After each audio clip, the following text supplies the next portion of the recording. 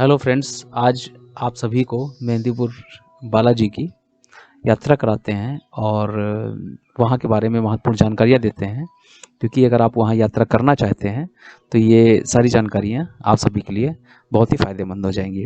सबसे पहला जो बदलाव हुआ है, शायद कुछ लोगों को पता है, कुछ लोगों को नहीं भी पता है।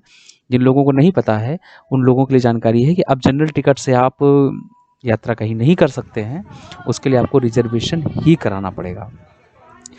दूसरा ये है कि बालाजी धाम में कोरोना की वजह से जो है कई नियमों में धाम में बदलाव किए गए हैं। जैसे कि जो पवित्र जल श्रद्धालुओं पर आरती के बाद छिड़काव होता था, अब उसको जो है जिला प्रशासन ने बंद कर दिया है और संभावना है कि मार्च माह में शायद फिर से शुरू हो सकता है। तीसरा ये कि अर्जी के लिए जो भक्त जाते थे, अर्जी लगाते थे मिस्री की, और वो अब नहीं लग रहा है।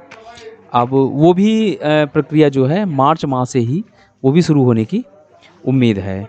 अभी सिर्फ नारियल चढ़ रहा है और आप पैसे वहाँ दान पात्र में डाल करके श्री राम जी के मंदिर के पास और हनुमान जी मंदिर के पास, बालाजी के मंदिर के पास आप जो है अर्जी लगा सकते हैं। और दर्शन करने का समय वही पहले वाला ही है, सुबह 6 बजे से लगा के 7 बजे तक है और शाम को भी 6 बजे से लगा के 7 बजे तक।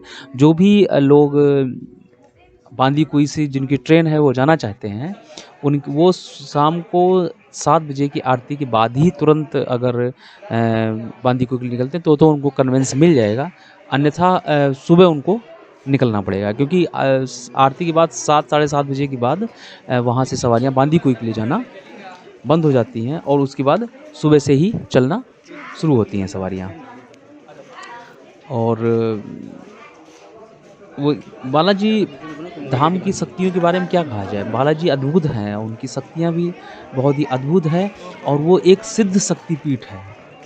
वहाँ पर कई तरह के भक्त जाते हैं, जो परेशानी में होते हैं, जो परेशानी में नहीं होते हैं, जिनकी परेशानियाँ होती हैं या कोई ऊपरी चक्कर होता है, वो भी वो वहाँ पर जा कर के उनको शांत कराया जा सकता है।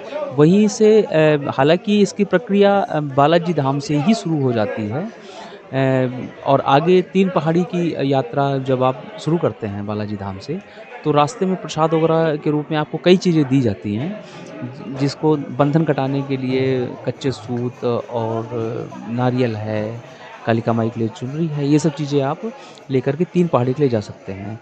3 पहाड़ी के रास्ते में कई मंदिर पड़ते हैं, कई पंडित या बाबा लोग आपको बताते हैं कि मतलब जो है ये कालिका माई का सिद्ध शक्तिपीठ है या अंजनी माता का ये शक्तिपीठ है। हालांकि सही है सारे, जो है किसी को गलत नहीं कहा जा सकता है।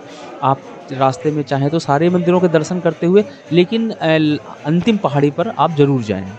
बीच में रास्ते में दर्शन कर सकते हैं, लेकिन अंतिम पहाड़ी पर ज़रूर जाएं। कि कहा जाता है कि पौराणिक जो मान्यता है, जो मंदिर है, वो तीसरी पहाड़ी के लास्ट में है जाकर के।